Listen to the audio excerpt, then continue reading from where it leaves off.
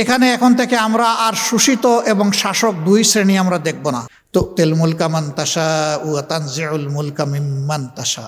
আল্লাহ হচ্ছেন সমস্ত মুলকিয়াতের মালিক। কুলিল্লাহুম্মা মালিকাল মুলক, নবী তুমি বলে দাও তিনি সেই মহান আল্লাহ যিনি সমস্ত বাদশাহীর মালিক। তার মহান বাদশাহী থেকে দুনিয়ার শৃঙ্খলা বিধানের জন্য যেখানে যেখানে প্রয়োজনে একটু হালকা কর্তৃত্ব তিনি দান করেন। এই কর্তৃত্বে যারা ব্যর্থ প্রমাণিত হয়, জালেম প্রমাণিত হয়, দুকাবাজ খেয়ানতকারী প্রমাণিত হয়, সন্ত্রাসী প্রমাণিত হয়, আমি তাদের কাছ থেকে আস্তে করে ক্ষমতা কেড়ে নিই। সব কিছু সাজানো হয়েছিল 41 সালের জন্য। 24 সাল যে 41 হয়ে যাবে তারা এটা বুঝতে পারেন নাই। সে বছরটা আমি আল্লাহ তাআলার মেহমান হিসেবে হজে গিয়েছিলাম। অনেক মানুষ মুখের দিকে তাকায় বলতো, যারা চিনত যে আমাদের কি বাঁচার কোনো পথ বের হবে? বলতাম কেন নয় ভাই?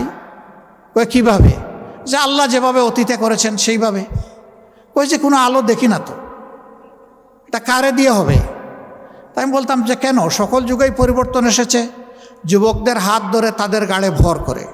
বাংলাদেশেও পরিবর্তন আসবে যুবকদের হাত ধরে। ভাই আসল জায়গায় এসেছেন। চকের 2 ফোঁটা পানি দিয়ে আপনি মাতাফে গিয়ে কাবাগরের দিকে নিশানা করে আল্লাহ তাআলাকে বলুন যে আল্লাহ এই জালিম জনপদ থেকে আমাদেরকে উদ্ধার করো। আল্লাহ চোখের পানি ফেরত দেবেন না। আল্লাহু আকবার। লোকেরা দেখতাম যে আমার কথায় বিশ্বাস করে না, আস্থা আসে না। হজ উমরা শেষ করে যখন ফিরলাম 17 তারিখ, 16 তারিখ আবু সাঈদের মৃত্যুর শাহাদতের মধ্য দিয়ে বাংলাদেশের নূতন অধ্যায়ের সূচনা হলো। 17 তারিখ থেকে আগুন জ্বলে উঠল। সেই দিন থেকেই চতুর্দিকে নিরীহ জনগণের, নিরস্ত্র জনগণের বিরুদ্ধে সশস্ত্র আক্রমণ শুরু হলো। ভয়াবহভাবে শ মানুষ খুন করা হলো। শেষ পর্যন্ত এর শেষ পরিণতি হলো গিয়ে 5 তারিখ। যারা বলেছিলেন আমরা পালাই না, তারা জানি না এখন কিভাবে কোথায় গেলেন। আমরা কোনোদিন এটা বলি নাই যে আমরা পালাই না। তবে আলহামদুলিল্লাহ রাব্বুল ইজ্জত আমাদেরকে এটুকু মেহেরবানি করেছেন যে আসলেই আমরা পালাইনি। আমরা ফাঁসির রশি গলায় নিয়েছি কিন্তু দেশ থেকে পালাইনি। আমাদের একজন, তিনি আমেরিকায় ছিলেন স্বাভাবিক কাজে। সেই সময় বন্ধুবান্ধব তাকে নিষেধ করেছে, ডোন্ট কাম ব্যাক। তিনি বলছেন কেন? বলেছে যে আপনাকে ওই রকমই পারসিকিউট করা হবে, অবিচার করা হবে যেমনটা অবিচার করা হচ্ছে আপনার সিনিয়র লিডারদের সাথে। তিনি বলছেন সিনিয়র লিডাররা যদি আল্লাহর জন্য ধৈর্য ধরে সহ্য করে থাকতে পারেন, আমিও পারবো, আমি আসছি। আদালতে দাঁড়িয়ে আমাকে ফাঁসি দেওয়া হোক, আমার কোনো আপত্তি নাই। আমি পলাতক হিসাবে এই বদনামের অংশ নিতে চাই না যে আমি অপরাধী। আমি আদালতে দাঁড়িয়ে বলবো আমি নিরপরাধ। মীর কাসেম আলী সেইটাই করেছিলেন। তিনি তো না আসলে পারতেন ভাই, কেউ তারে বলতো না যে উনি পালিয়ে গেছেন, কারণ তার বিরুদ্ধে কোনো ওয়ারেন্ট, কোনো মামলা ছিল না। তিনি এসেছেন তার নৈতিক দায়বোধের জায়গা থেকে, তার দেশকে ভালোবাসেন। এই জন্য তিনি বলেছেন যে দেশে আল্লাহ আমাকে পয়দা করেছেন আমার মৌত যেন সেই দেশে হয়। সেরকম একটা স্বপ্ন আর প্রত্যাশা নিয়ে বাংলাদেশের অভিযাত্রা শুরু হয়েছিল। 1972 সালের 10 জানুয়ারি শেখ মুজিবুর রহমান সাহেব পাকিস্তানের কারাগার থেকে মুক্ত হয়ে বাংলাদেশে ফেরার পরপরই তিনি, অকপটে বলতে গেলে বলতেই হয়, সে সময় তিনি ছিলেন জাতির অবিসংবাদিত নেতা। এদেশের 94% মানুষ তার দলের প্রতি আস্থা রেখেছিল 70-এর নির্বাচনে। আফসোস, এমন আকাশচুম্বী জনপ্রিয়তা আর মানুষের ভালোবাসা নিয়ে যিনি দেশের দায়িত্ব নিলেন, তিনি দেশটাকে সামলাতে পারলেন না। তিনি দেশ সামলাবেন কেমনে, তার দলকেই তো সামলাতে পারলেন না। এই জন্য সেই দলটির ব্যাপারে আক্ষেপ করে উনি অনেক কষ্টের কথা বলে গেছেন যে বিশ্বে বিভিন্ন দেশ যখন স্বাধীন হয়, মানুষ তারা সম্পদের খনি পায়, আমি পেয়েছি ভিন্ন খনি। কিসের খনি আমি এটা বলতে গেলাম না।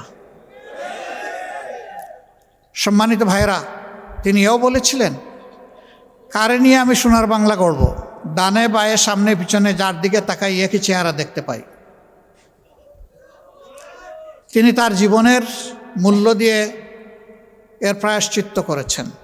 অবশ্যই এইভাবে একটি পরিবারের নিহত হওয়াকে সভ্য বিশ্বে কেউ সমর্থন করে না, কিন্তু নিয়তে যার যেরকম লেখা তাকে তো সেরকমই বরণ করতে হবে।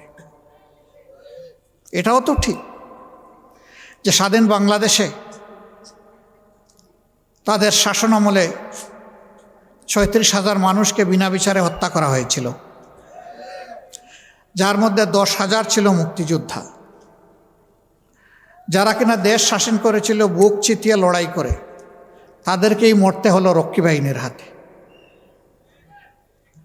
রক্ষী বাহিনীর চাবকের তো নিচের থেকে অনেকে ফিরে আসেনি, কেউ সৌভাগ্যক্রমে ফিরে এসেছে। ফিরে আসা এক দুর্বল মানুষ আমিও। আল্লাহ তাআলা কি জন্য আমাকে সেদিন বাঁচিয়ে রেখেছেন আল্লাহই ভালো জানেন। অথচ আমি একটি শহীদ মুক্তিযোদ্ধা পরিবারের মানুষ, আমার কোনো অপরাধ ছিল না।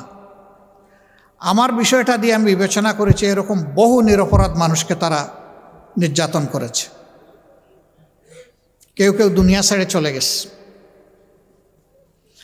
আফসোস নাই। তারপরেও যদি দেশের মানুষ আমাদের জীবনের বিনিময়ে একটু শান্তি পেত, কোনো আফসোস থাকতো না। কি অবস্থা সৃষ্টি হলো! সম্ভ্রান্ত পরিবারের মানুষগুলো তাদের মেয়েগুলোকে আর কলেজ ইউনিভার্সিটিতে পাঠানো বন্ধ করে দিয়েছিল।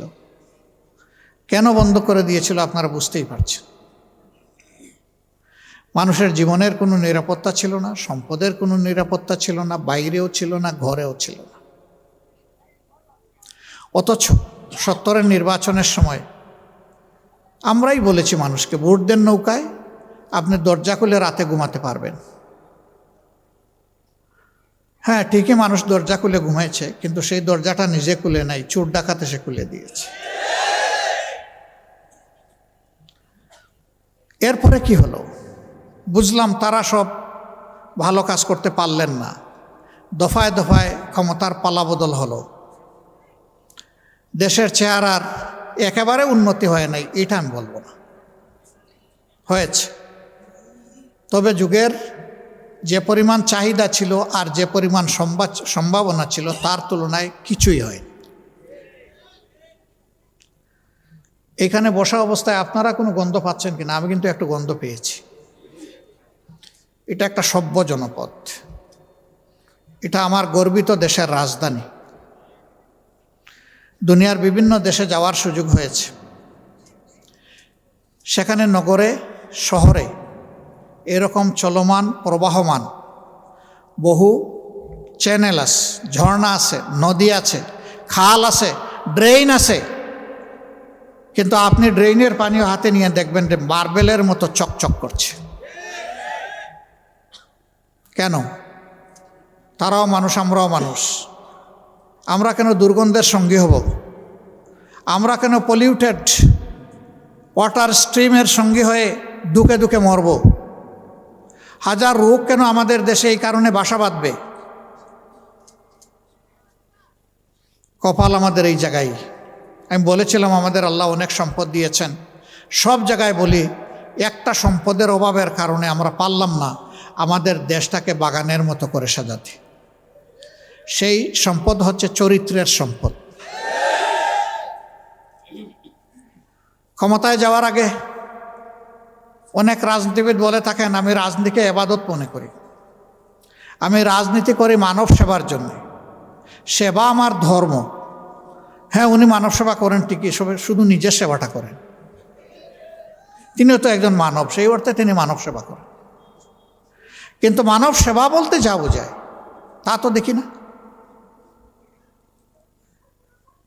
গত 15.5 বছর এদেশের মানুষ দারুণ কষ্টের মধ্য দিয়ে অতিবাহিত করেছে, আর আমাদের জন্য পরিবেশটা ছিল আরও একটু কষ্টের। জানেন সব কিছু, আমি এগুলো রিপিট করতে যাচ্ছি না। আমাকে একবার একজন তদন্তকারী কর্মকর্তা রিমান্ডে আমাকে জিজ্ঞেস করছে যে আপনি কি একটু দয়া করে আপনার সর্বশেষ ঠিকানাটা বলবেন? আমি বললাম বলবো।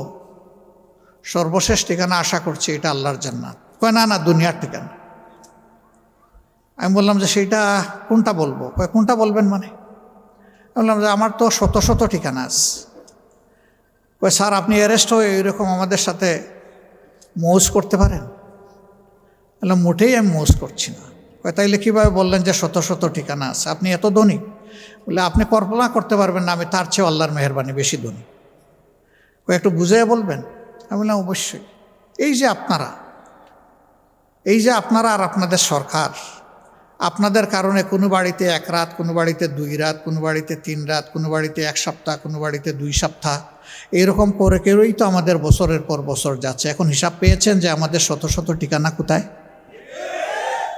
এটা শোনার পরে বলে যে আপনার ঠিকানা আমার লাগবে না। বুঝতে পারছে যে এর পরবর্তী ঠিকানা তো শেষটা না, আরও কোনটা হয়ে যাবে। এইটা ছিল ভাই আমাদের কন্ডিশন। একটা স্বাধীন দেশে বসবাস করেছি, পরিবারের সদস্যদের মুখ দেখতে পারি নাই একটানা দেশে থাকা অবস্থায় 10.5 মাস। অবশ্য যখন জেলে যেতাম তখন মাসে একবার দেখার সুযোগ পেতাম, তারা আসতো আমাকে দেখতে। কিন্তু জেলের বাইরে যখন থাকতাম এটা হতো না। এখন বলবেন এটা তো আপনার উপর দিয়ে গেছে, তাতে দেশবাসীর কি? না, আমার উপর দিয়ে যায় না, এই কোটি কোটি মানুষের উপর দিয়ে একই অবস্থা গিয়েছে। আমি একা মজলুম ছিলাম না, বলতে গেলে গোটা দেশবাসী, গোটা সমাজই মজলুম ছিল। তারা আমাদের সবগুলা অধিকার একে একে কেড়ে নিয়েছিলেন। বাঁচার অধিকার, খাওয়ার অধিকার, কর্মসংস্থানের অধিকার, আমাদের ভোটের অধিকার, আমাদের মানব অধিকার, আমাদের নাগরিক অধিকার সবই তাদের জিম্মায় চলে গেছিল। তাদের অবস্থাটা ছিল তারা দেশের মালিক আর আমরা ভাড়াটিয়া। ভাড়াটিয়ারও ভাই একটা মর্যাদা থাকে, তাও মনে হয় আমাদেরকে ওভাবে চিন্তা করতো না দেশবাসীকে। এবং কোথায় কোথায় তারা হুমকি দামকি দিতেন, কোথায় কোথায় মানুষ খুন করতেন, কোথায় কোথায় বিচারের নামে মানুষকে ফাঁসিতে ঝুলাতেন। তাদের অবস্থাটা এমন হয়ে গিয়েছিল। কোনো এক কালের দুর্দর্শ একজন শাসক, সে যখন দেখলো যে ওই দেশের মানুষ কিছুটা নবীর রসুলের দিকে ঝুঁকে যাচ্ছে, তখন তাদেরকে এনে শাসালো। শাসায় বলল, আমাকে তোমরা তোমাদের রব প্রতিপালক স্বীকার করো না? বলে হ্যাঁ করি তো।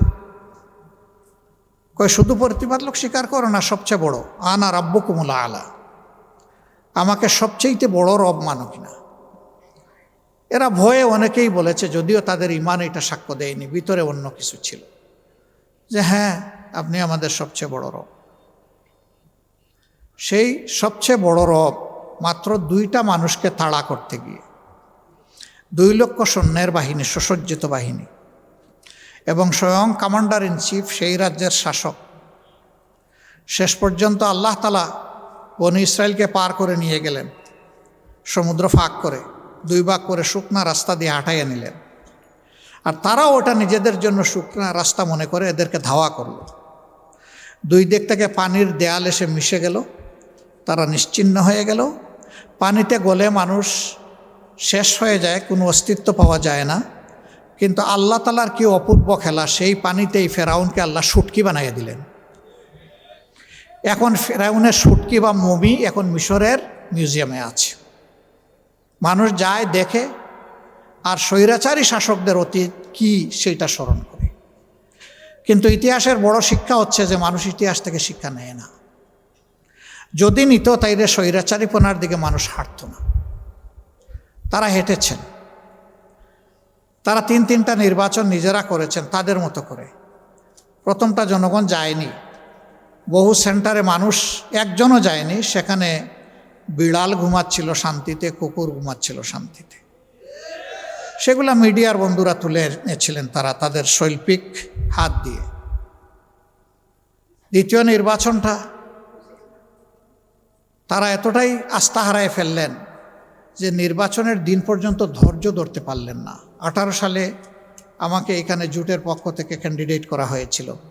আমি এক মুহূর্তের জন্য এইভাবে আপনাদের সামনে এসে দাঁড়াতে পারিনি, আপনাদের মুখ দেখতে পারিনি।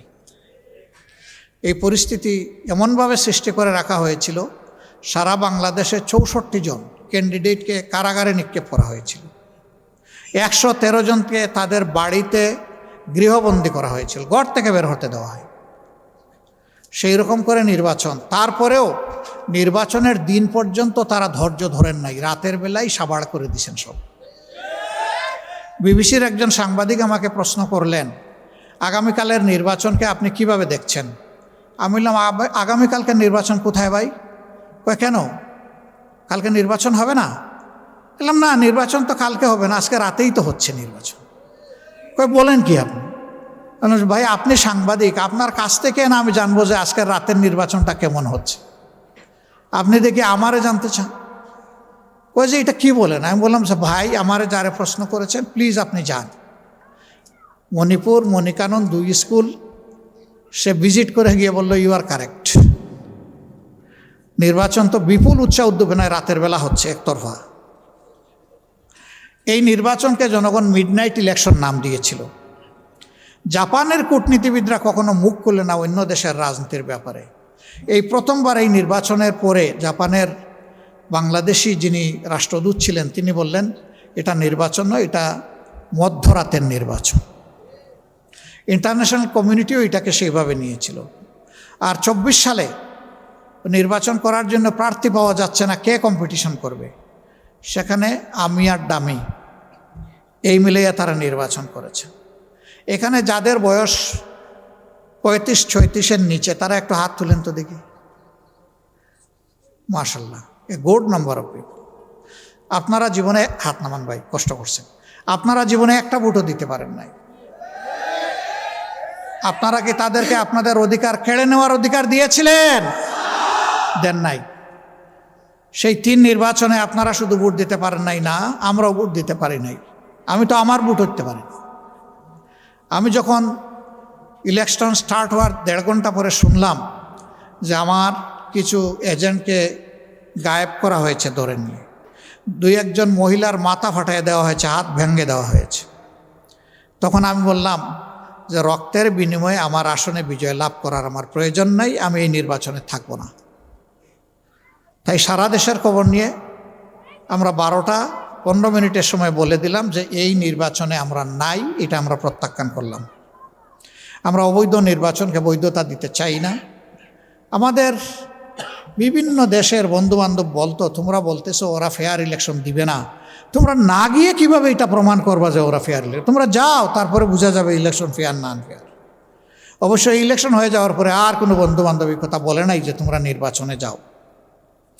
24 সালের নির্বাচনের পরে তারা ঘোষণা দিয়েছিল 41 পর্যন্ত বাংলাদেশের ইজারা তারা গ্রহণ করেছেন, যে আমরা 41 সাল পর্যন্ত এই দেশকে সাজাবো, অর্থাৎ আমরা ক্ষমতায় থাকব।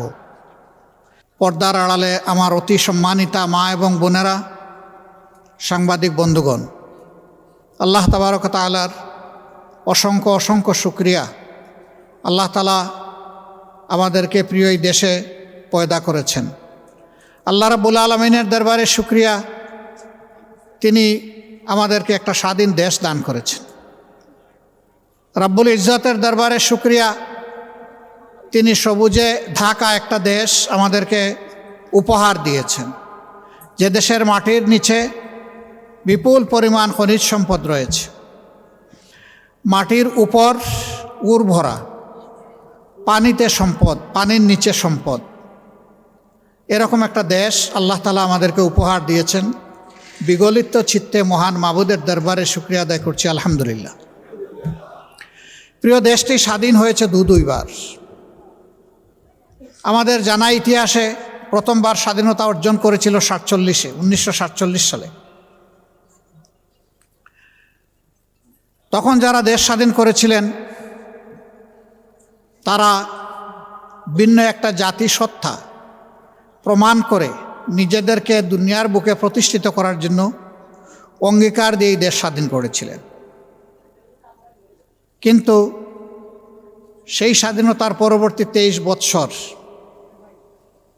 পশ্চিম পাকিস্তান এবং পূর্ব পাকিস্তানের মধ্যে ব্যাপক বৈষম্য দেখা দিয়েছিল। এমনকি 23 বৎসরে একবারই সেই জাতি সাধারণ নির্বাচন পেয়েছিল।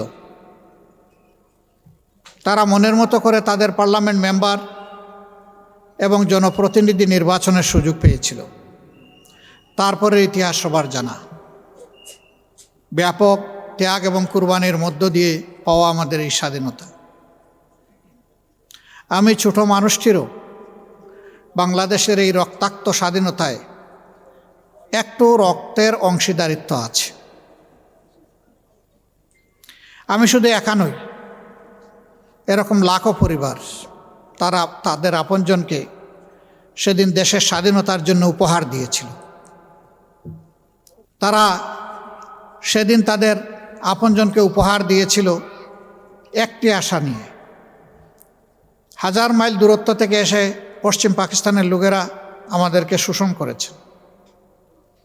এখন আমরা নিজেদেরকে শাসন করব, আমরা আর শোষিত হব না। আমরা সুশাসন পাবো, ন্যায় বিচার পাবো। আমাদের জীবনে সামাজিক, রাজনৈতিক এবং অর্থনৈতিক নিরাপত্তা থাকবে। আমাদের সন্তানেরা জন্মের পরে চিকিৎসা সেবা পাবে, একটু বড় হলে তারা সুশিক্ষা পাবে, আর একটু বড় হলে তারা উপযুক্ত কাজ পাবে। সেই কাজ হাতে নিয়ে তারা দেশ গড়ায় অংশগ্রহণ করবে।